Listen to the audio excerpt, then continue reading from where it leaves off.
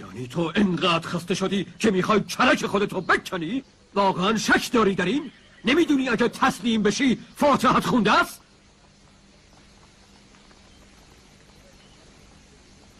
چه میدونم.